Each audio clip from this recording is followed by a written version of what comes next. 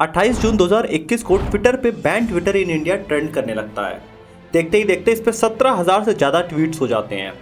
इसके पीछे वजह थी कि ट्विटर ने लद्दाख को इंडिया से एक सेपरेट कंट्री बना के दिखाया था। ऐसा पहली बार नहीं था, इसके पहले भी ट्विटर ने लेह को चाइना का पार्ट बना के दिखाया था। इसके बाद गवर्नमेंट और ट्विटर के बीच में एक जंग सी छिड़ जाती है। फिर चाहे वो किसान आंदोलन में ट्वीट्स को डिलीट करने वाला मामला हो या गवर्नमेंट के लॉज, हर तरफ ट्विटर और गवर्नमेंट आमने सामने दिखाई देती है। और हद तो तब हो जाती है जब ट्विटर ने आईटी मिनिस्टर रविशंकर प्रसाद का ट्विटर अकाउंट 1 घंटे के लिए बैन कर दिया। The Twitter versus Modi government war has escalated to an unprecedented level, with the social media giant today, can you believe it, blocking access to the IT minister's account for close to an hour.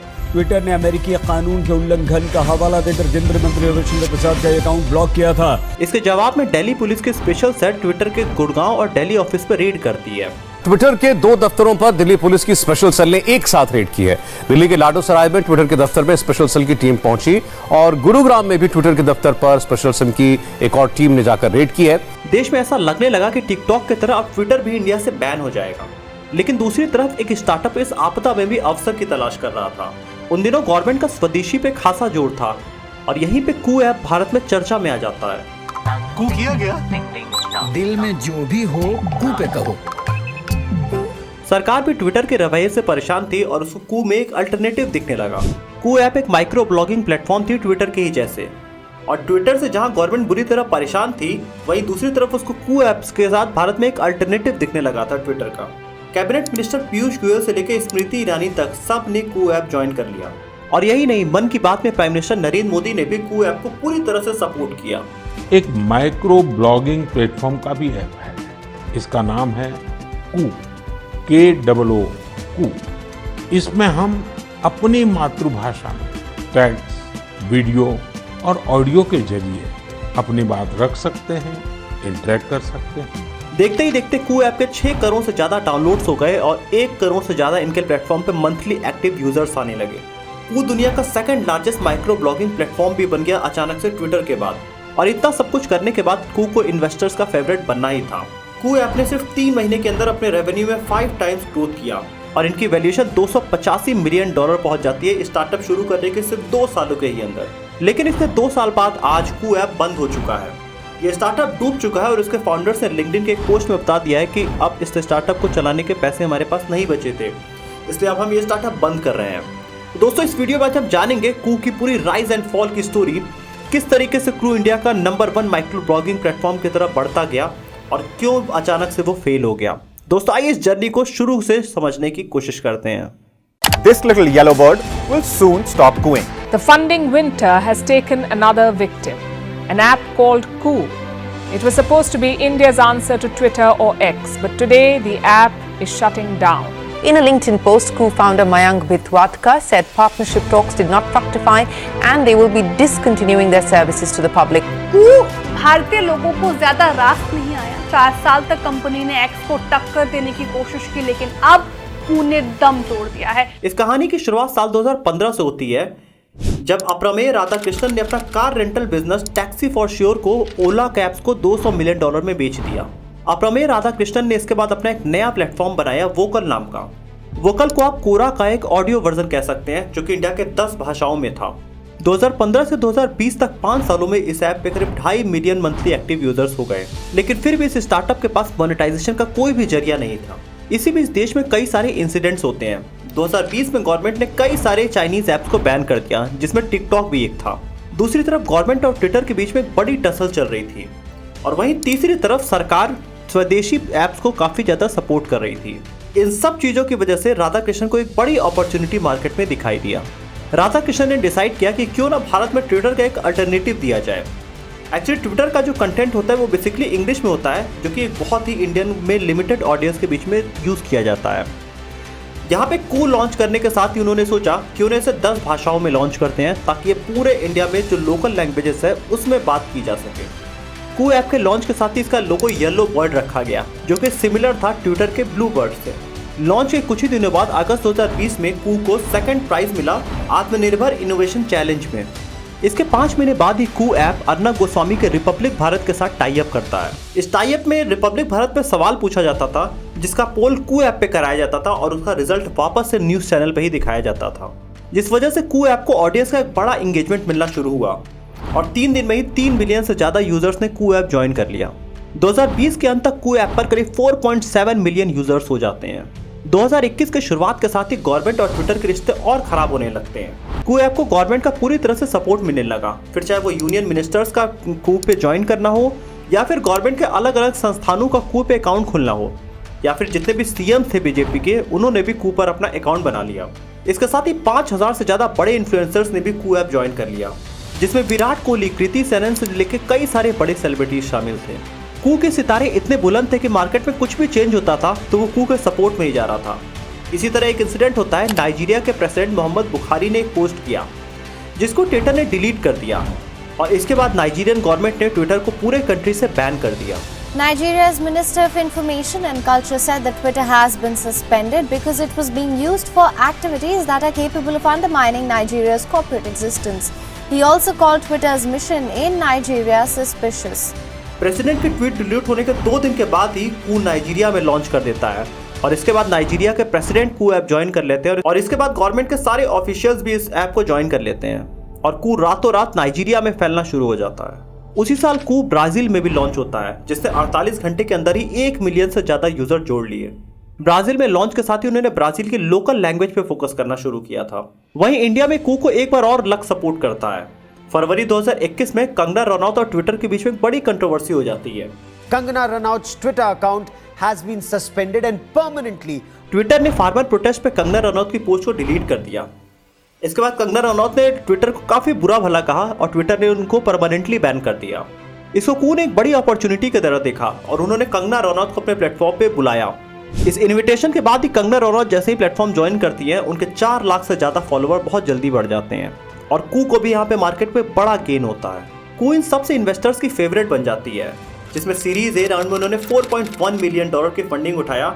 इसके 3 महीने बाद ही उन्होंने $100 million की funding और उठाया और जून 2022 में उन्होंने फिर से $57 मिलियन की फंडिंग उठाने के बाद इनका टोटल वैल्यूएशन $285 मिलियन पहुंच जाता है, जिसमें टाइगर ग्लोबल जैसे बड़े ब्रांड्स ने भी इनके कंपनी में इन्वेस्ट किया था। इस सडन वैल्यूएशन राइज के बाद कंपनी ने अपना एक्सपेंशन मोड करना शुरू किया, जहां कंपनी में 10-20 एम्प्लॉइज थे वो बढ़ के 300 से 400 पहुंच जाते हैं।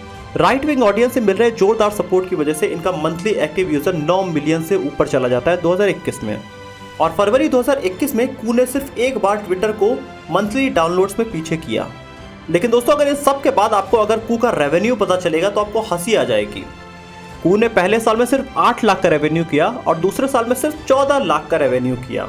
वहीं अगर कंपनी के एक्सपेंसेस देखें तो आप शॉक्ड हो जाएंगे। 2020 में कंपनी का एक्सपेंस था 14 करोड़, 2021 में बढ़ के 24 करोड़ हुआ और 2022 में 202 करोड़ रुपए पहुंच जाता है।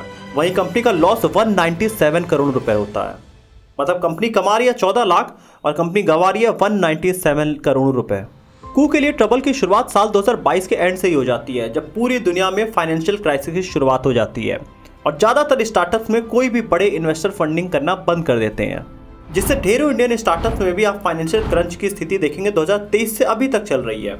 और कू जैसे ही पहली बार फाइनेंशियल क्राइसिस फेस करती है, उन्होंने भी अपने एक्सपेंसेस रिड्यूस करना शुरू किया। सबसे पहले उन्होंने सितंबर 2022 में अपने 5% वर्कफोर्स को पहले रिमूव किया।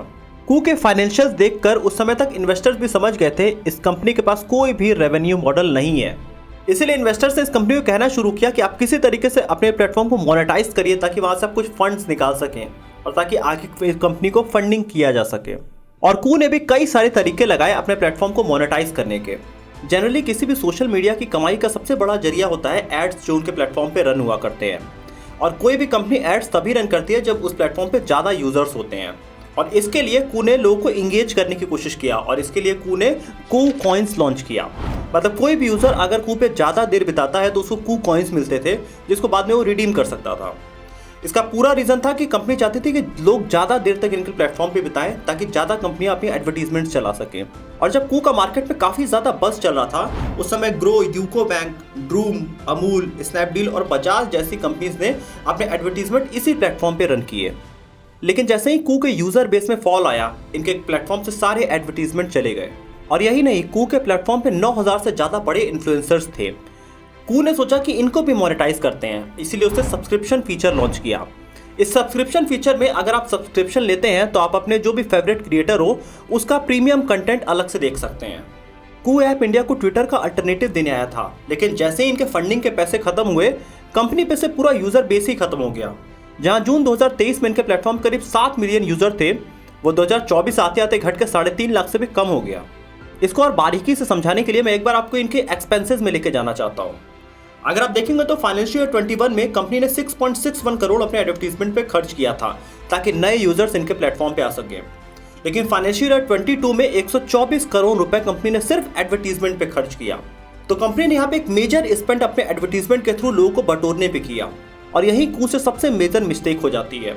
कू ने अपने प्लेटफॉर्म को लॉन्ग टर्म एक सस्टेनेबल मॉडल में बनाने की कोशिश नहीं किया, उससे बहुत ही जल्दी नए यूजर्स को अपने साथ जोड़ने की कोशिश में अपने ब्रांड को ही लूज कर दिया। और काफी टाइम तक फंडिंग क्राइसिस फेस करने के बाद कू ने अपने आप को मर्जर करने की कोशिश किया। कू चाहती थी कि वो डेली हंट के साथ मर्ज हो जाए या फिर डेली हंट उसको खरीद ले, लेकिन डेली हंट खुद एक लॉस मेकिंग कंपनी है। कंपनी के ऊपर करीब 1900 करोड़ से ज्यादा का लॉसेज है, तो डेली हंट के साथ जो बातचीत चल रही थी वो अंत में फेल हो जाती है और एंड में कू को बंद करना पड़ता है। तो दोस्तों, कू ऐप के फेलियर के पीछे मेजरली 3 बड़े रीजन दिखाई देते हैं। आइए आपको वो भी समझाते हैं। सबसे पहला रीजन है यूनिकनेस। कू शुरुआत से ही ट्विटर का अल्टरनेटिव बनना चाहता था, जिसकी वजह से उसका लोगो से लेकर इंटरफेस तक सब कुछ ट्विटर का कॉपीड था। जहां ट्विटर 280 वर्ड लिमिट दिया करती थी, वहीं कू ने बस थोड़ा सा बढ़ा के 400 वर्ड लिमिट कर दिया। इससे ज्यादा कोई डिफरेंस दोनों ब्रांड में दिखाई नहीं देता था। और किसी भी सोशल मीडिया प्लेटफॉर्म को सक्सेसफुल होने के लिए उनकी एक कुछ यूएसपी होनी चाहिए, कोई एक ऐसी चीज जो बाकी प्लेटफॉर्म से न मिले। जैसे कि यूट्यूब अपने वीडियो के लिए जाना जाता है, इंस्टाग्राम अपने फोटोज के लिए जाना जाता है, ट्विटर अपने माइक्रो ब्लॉगिंग के लिए काफी फेमस है। लेकिन कू जब उसी का अल्टरनेटिव बन के आया था, लेकिन उसके पास कोई यूनिकनेस नहीं थी। कू ने कभी ट्विटर के मॉडल को कॉपी करने की कोशिश किया और कभी अपने मोनेटाइजेशन बढ़ाने के लिए उसने इंस्टाग्राम के मॉडल को कॉपी करने की कोशिश किया, लेकिन वो दोनों साइड कहीं नहीं जा सकी। ब्रांड ने अपनी यूएसपी बताई कि वो 10 रीजनल लैंग्वेजेस में काम कर रहे हैं, लेकिन लोकल लेवल पे ब्रांड ने किसी को कनेक्ट ही नहीं किया। बेसिकली इस ब्रांड का पूरा फोकस था बड़े सेलिब्रिटीज और बड़े पॉलिटिशियंस को आगे लाना, लेकिन जो 10 रीजनल लैंग्वेज थे उससे रिलेटेड ब्रांड ने कोई मेजर काम किया ही नहीं। लोगों के साथ उन्होंने कनेक्टिविटी बनाई ही नहीं। जैसा कि हमने बात किया कि 2022 में कू ने करीब 197 करोड़ रुपए अपने एडवर्टीजमेंट पे खर्च किया। अब ये एडवर्टीजमेंट भी बहुत स्पेसिफिक होना चाहिए था, लेकिन कू ने अपने एडवर्टीजमेंट वर्ल्ड कप T20 इसके साथ ही कई मेजर प्लेटफॉर्म पे करने की कोशिश किया। लेकिन कू का काम होना चाहिए था वो यूनिवर्सिटीज और कॉलेजेस रीजनल लेवल पे वहां कनेक्ट बनाने का, तभी उनको लॉन्ग टर्म सस्टेनेबल ग्रोथ मिलती। लेकिन कू ने अपने आप को लाइमलाइट पर ज्यादा रखने की कोशिश किया, जिस वजह से जैसे ही ब्रांड के ऊपर से लोगों का नजर खत्म हुआ, ये ब्रांड तुरंत फेल हो गया। जब यूजर्स ट्विटर छोड़ के कू पे आने लगे तो उनको कू का भी इंटरफेस बिल्कुल सिमिलर दिखाई दिया।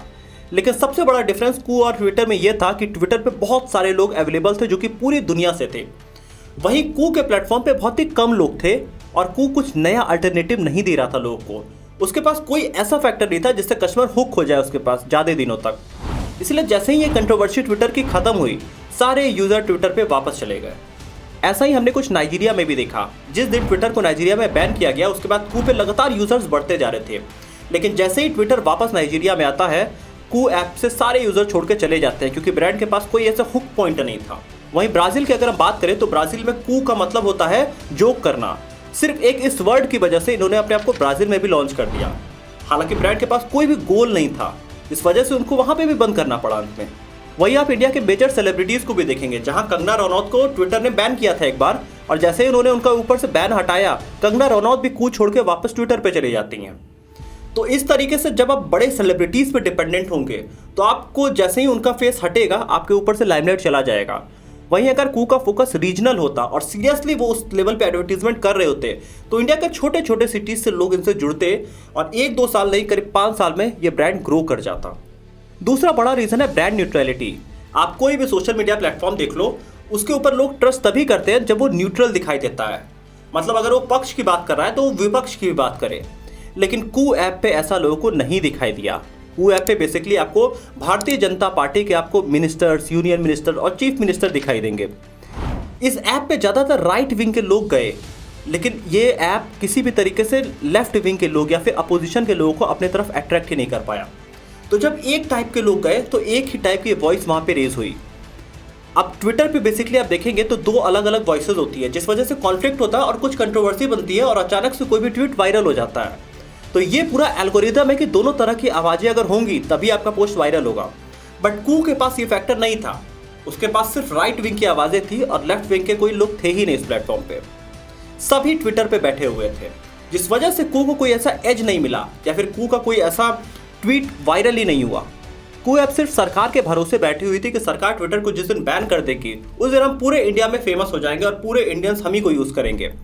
लेकिन ऐसा कुछ होता नहीं है। जैसे ही ट्विटर और गवर्नमेंट के बीच में कंट्रोवर्सी खत्म होती है, वॉर खत्म होता है, वैसे ही कू ऐप लोग छोड़ के चले जाते हैं, क्योंकि इस ब्रांड ने अपने आप को न्यूट्रल कभी पेश ही नहीं किया। तीसरे, अगर हम बड़े रीजन की बात करें तो ब्रांड के पास कोई भी सस्टेनेबल ग्रोथ मॉडल नहीं था। आप देखेंगे तो जैसे ही इनके पास पैसे आए, इन्होंने उसके साथ सस्टेनेबल ग्रो करने की कोशिश नहीं किया, बट ब्रांड ने बहुत फास्ट ग्रो करने की कोशिश किया।